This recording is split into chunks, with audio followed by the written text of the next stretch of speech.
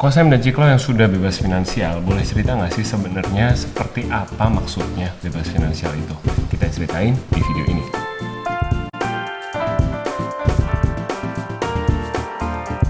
Hai guys, welcome back to our channel. Kembali lagi dengan gue Samuel dan ini istri gue Claudia. Kami pasangan suami istri kantoran dalam perjalanan memaknai financial independence.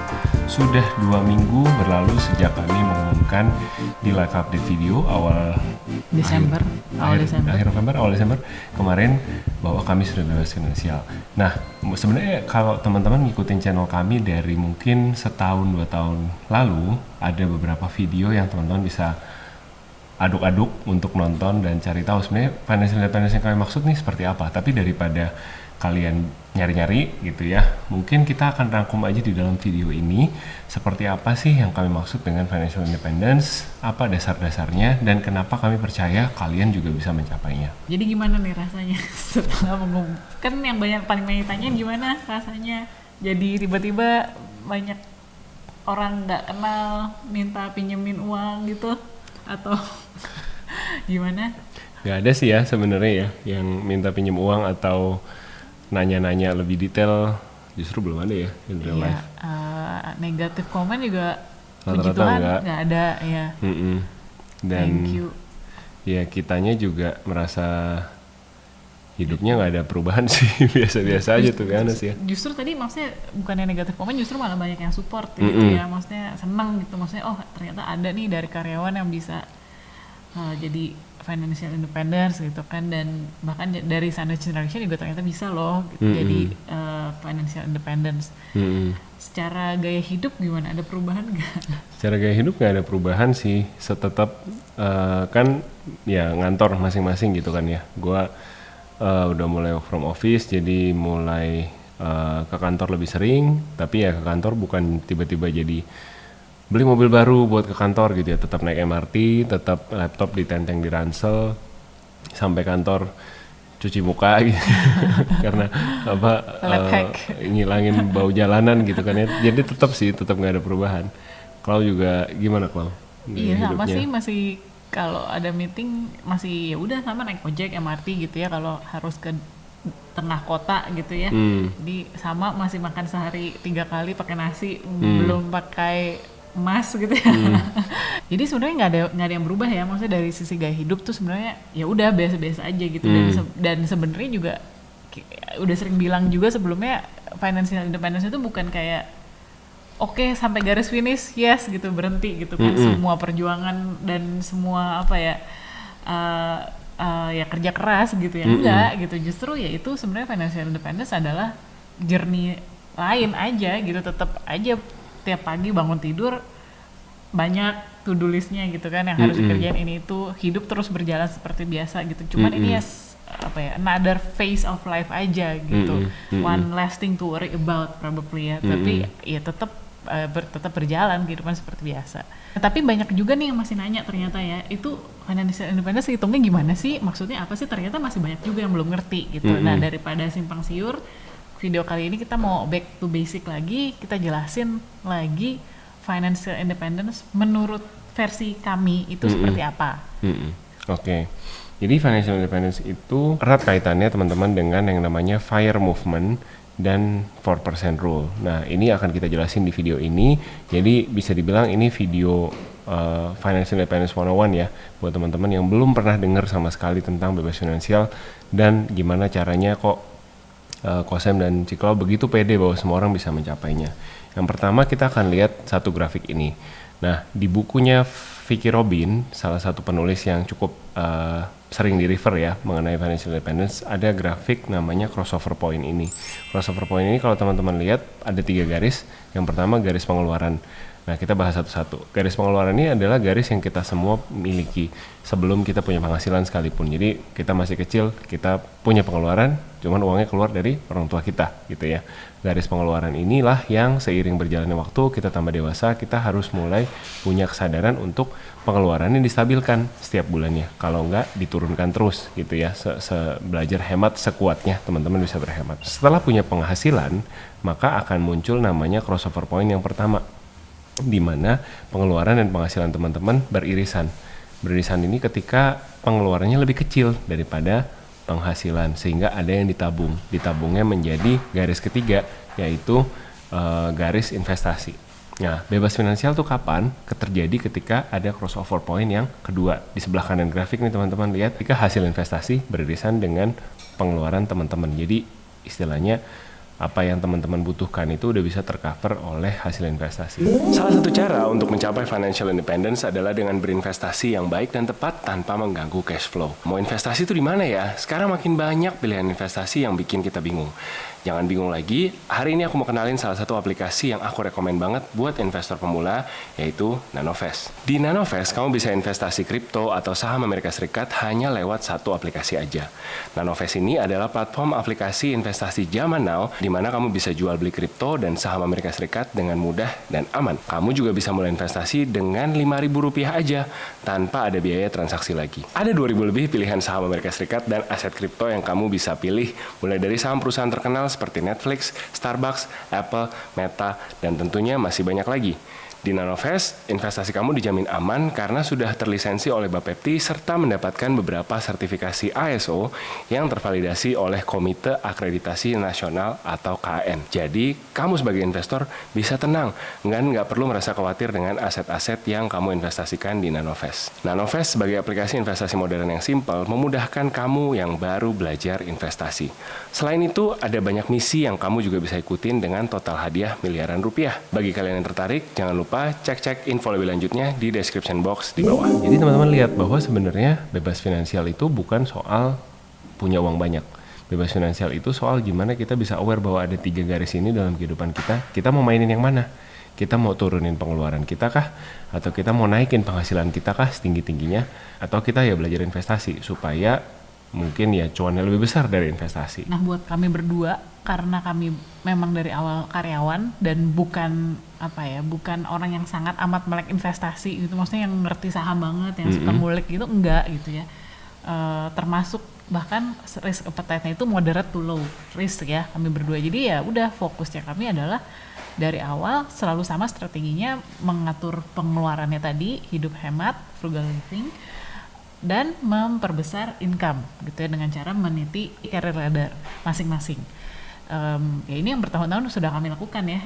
Kalau hidup hemat mungkin udah lebih jauh gitu ya, bahkan mungkin sebelum punya penghasilan tadi gitu ya, waktu masih hidup dalam orang tua saya gitu ya sudah diajarkan untuk hidup berhemat gitu. Waktu kuliah juga udah hidup hemat. Waktu kuliah part time ya mulai ada penghasilan gitu ya.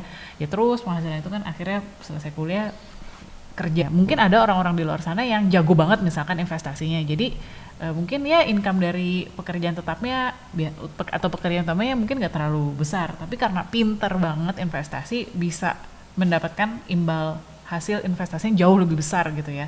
Tapi kalau kami berdua ya udah, sebenarnya investasi yang kami lakukan juga biasa-biasa aja gitu dari awal gitu ya, reksadana indeks saham, deposito, obligasi dan sebagainya gitu. Jadi ini pun jalur untuk mengatur atau mencapai financial independence itu, mencapai titiknya itu pun beda-beda gitu ya tiap orang. Nah kalau kami strateginya ya seperti itu, strategi pelan tapi pasti ya. Minjem kata-katanya Pak Dodi bicara investasi ya, Pak Dodi Prayogo, pelan tapi pasti untuk menjadi kaya.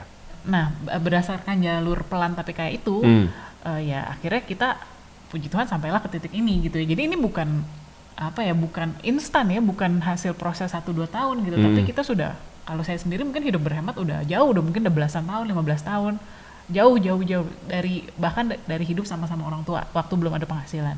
Dan untuk meniti karir, kami berdua itu sudah tahun ke-12 ya, tahun ini meniti karir.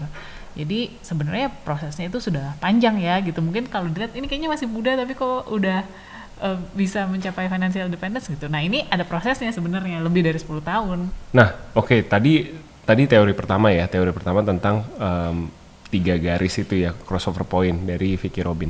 Yang kedua kita mau bahas tentang teori 4% rule. Nah ini mungkin yang lebih populer dan mungkin teman-teman sering dengar. Menjawab pertanyaan apa? Menjawab pertanyaan sebenarnya berapa sih yang cukup untuk saya bisa dibilang bebas finansial? Cara ngitungnya gimana? Nah ada satu studi yang dilakukan di Amerika Serikat oleh seorang profesor namanya William Bengen. William Bengen ini meneliti pergerakan saham di pasar saham Amerika Serikat selama kalau nggak salah 70 apa 80 tahun ke belakang gitu. Jadi melewati Great Depression, melewati masa resesi di Amerika, pokoknya segala macam turun naiknya saham dia pelajarin. Dia pelajarin apa? Dia pelajarin safe withdrawal rate. Safe withdrawal rate ini maksudnya gini, kalau aku punya uang di pasar saham, melewati semua resesi dan segala macam naik turunnya saham, amannya kalau aku mau ambil uangnya, kira-kira berapa persen yang aman untuk aku ambil supaya uangku itu bisa tahan melalui musim-musim, aneka musim gitu ya dalam pergerakan pasar modal. Nah, menurut riset tersebut, jumlah persentase yang aman untuk diambil adalah 4%. Makanya ada 4% rule tadi. 4% ini ilustrasinya gini, misalkan aku punya uang 1M. Kalau 1M itu kan 10%-nya 100 juta. Iya. Betul ya, suka salah nih hitung-hitungannya. Nah, 100 juta itu 10% berarti 4%-nya adalah 40 juta. Iya. Nah, kalau aku punya uang 1M, berarti kalau berdasarkan 4% rule, kalau aku mau uangku terus berkembang, amannya aku ambil hanya boleh 40 juta per tahunnya gitu. Cukup nggak untuk hidup? Ya belum tentu cukup, belum tentu nggak cukup, tergantung dari gaya hidup masing-masing gitu kan. Ada aja yang mungkin tinggal di kota yang lebih kecil atau tempat yang cost of livingnya rendah sekali, mungkin bisa jadi cukup ya gitu, nggak tahu juga gitu. Nah, makanya si 4% rule ini jadi sesuatu yang menarik buat aku pribadi karena kita masing-masing angkanya beda. Angka FI-nya Samuel dan Claudia berbeda dengan kalian gitu, berdasarkan gaya hidup kalian masing-masing dan jadinya berapa gitu yang dibutuhkan untuk bisa bebas finansial. Nah, cara hitungnya gampang. Jadi pengeluaran kalian disetahunkan. Jadi misalkan keluar 5 juta gitu ya, kalian kalikan setahun kali 12, lalu kemudian dikali 25. Nah, 25-nya ini dari mana? Dari 4% tadi dibalik gitu ya. Kalau nyari 4%-nya setahun segitu berarti 100%-nya berapa? Nah, itu dikali 25. Atau bisa juga pengeluaran kalian dikali 300. Nah, itu dapat tuh angka pengeluaran bulanan kan. Pengeluaran bulanan kalian dikali 300. Nah, itu dapat angka 4% rule kalian berapa? Angka bebas finansial kalian berapa? Iya. Kayak gitu. Mau menambahkan sedikit ya, Kak. Menurut saya akan lebih baik kalau kita hitungnya dari pengeluaran tahunan. Jadi pengeluaran tahunan itu pengeluaran bulanan dikali 12 plus pengeluaran tahunan lainnya, yaitu misalkan kalau ada renovasi rumah atau ada jalan-jalan tahunan, ya pokoknya pengeluaran tahunan kalian yang bayar asuransi, premi asuransi misalkan. Karena ya itu lebih kadang kita lupa ngitungnya gitu ya. Iya, kalau kita cuman hitung pengeluaran bulanan aja, kadang-kadang ada pengeluaran tahunan nih yang tidak masuk ke dalam pengeluaran bulanan yang yang harus dihitung juga gitu. Karena kan tiap tahun pasti keluar gitu ya. Harus dimasukkan juga dalam perhitungan 4% rule kalian masing-masing. Uang pangkal sekolah anak gitu misalkan ya, kadang-kadang. Ya, tapi balik lagi ini sebagai rule of thumb aja buat kita tahu gitu loh, dalam bayangan kita berapa sih yang harus kita capai. Nah, dalam hitungan kami, financial independence kami kemarin yang kami umumkan 2 minggu yang lalu, ceritanya angka yang sudah kami hitung ini sudah tercapai. Jadi kami sudah punya uang sebanyak itu. Tapi ada juga teman-teman yang dalam istilah FI ini ada berbagai tipe juga.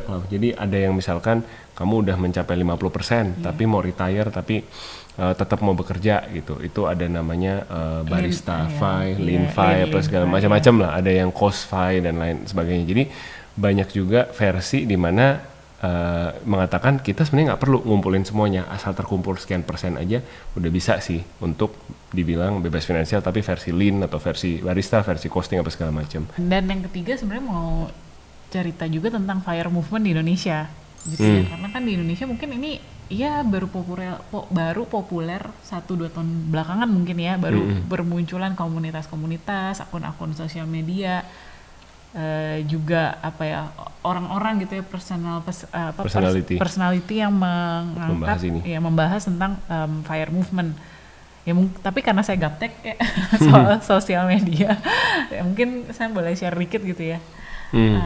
Kalau misalkan teman-teman tertarik gitu ya untuk mempelajari lebih lanjut tentang FIRE movement, mungkin kalau dari luar negeri dulu deh gitu ya, dari global yang resource gratis ya. Dan yang menariknya kalau ingin mempelajari tentang FIRE movement ini semuanya gratis gitu ya. Ini bukan kayak ada kelas berbayar ataupun harus ikut klub atau membership tertentu gitu ya. Semua resource-nya, semua materinya itu gratis, bisa kita pelajarin sendiri.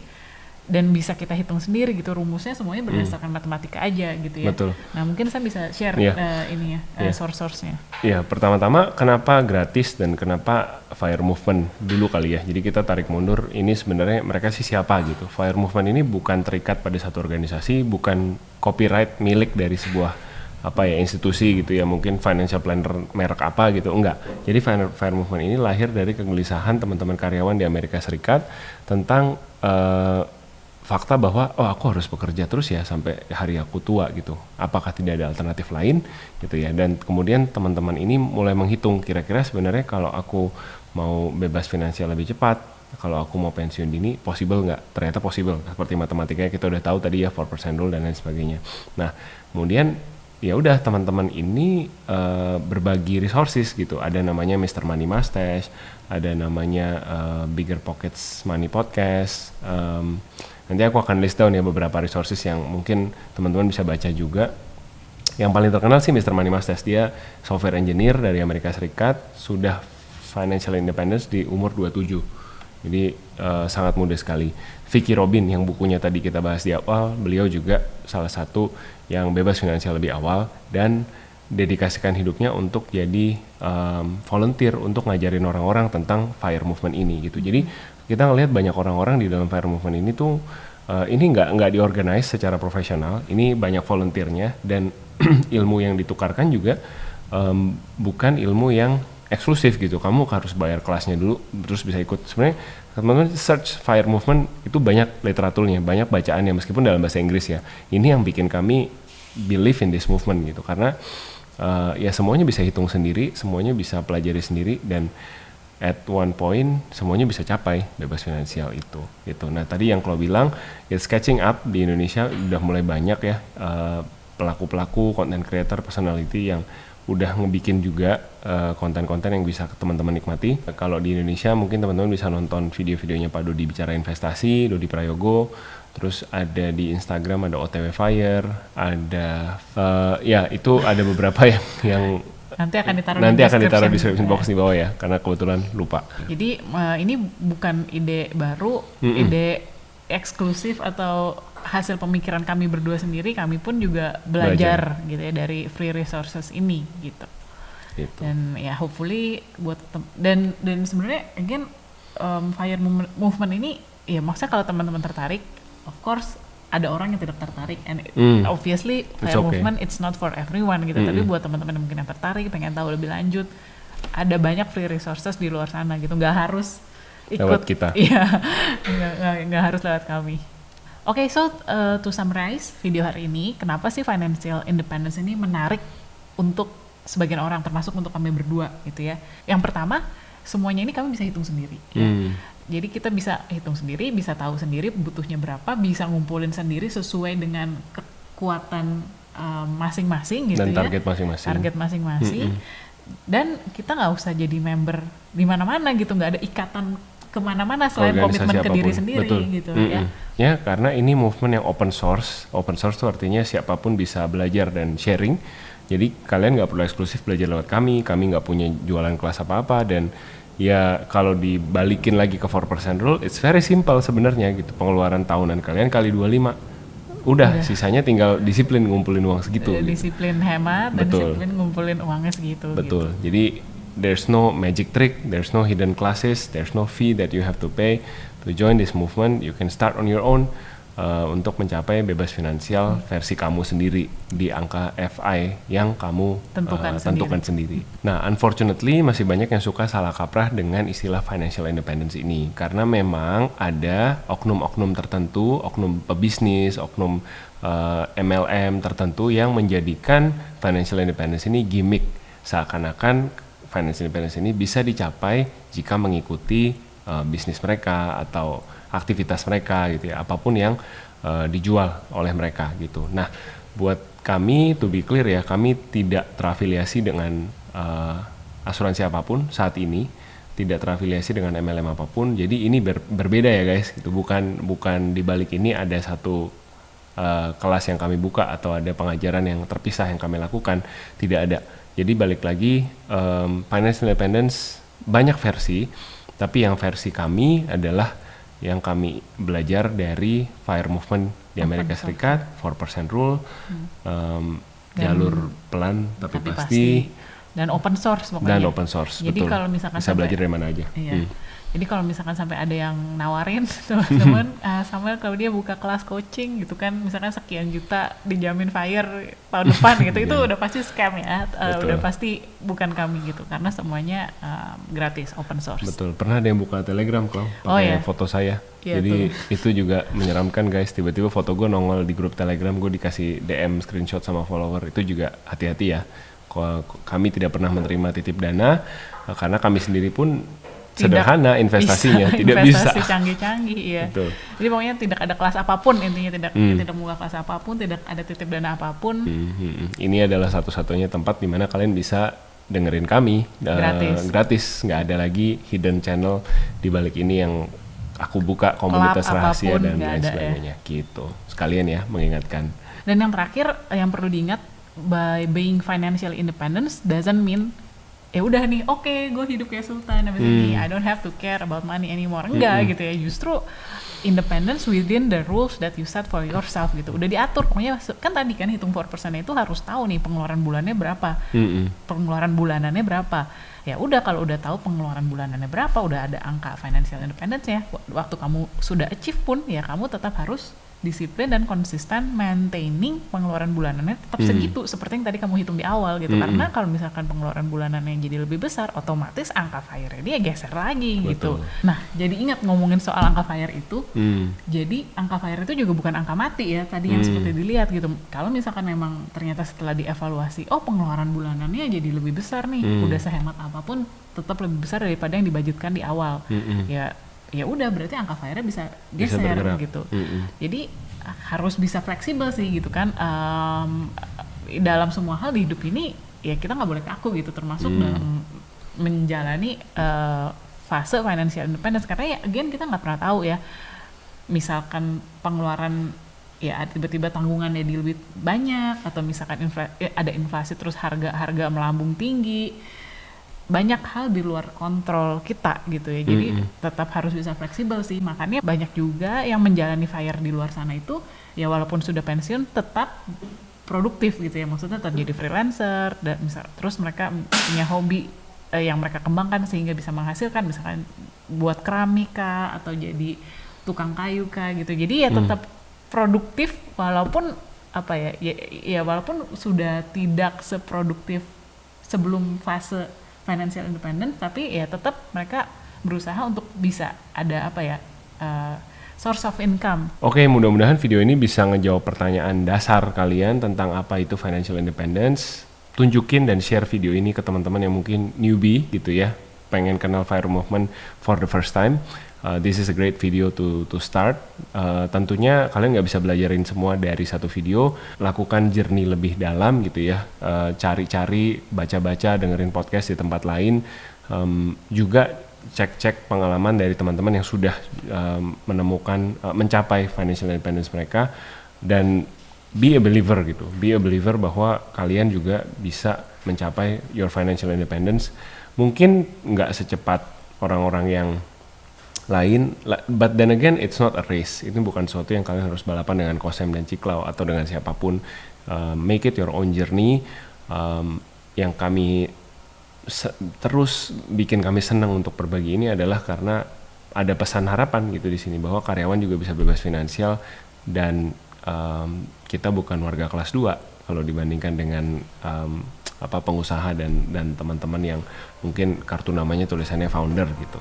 Jadi karyawan juga bisa, karyawan berdaya, dan karyawan juga bisa bebas finansial. Sampai sini dulu video minggu ini. Thank you so much for watching. Jangan lupa untuk subscribe, follow kami kalau kalian denger ini dari Spotify.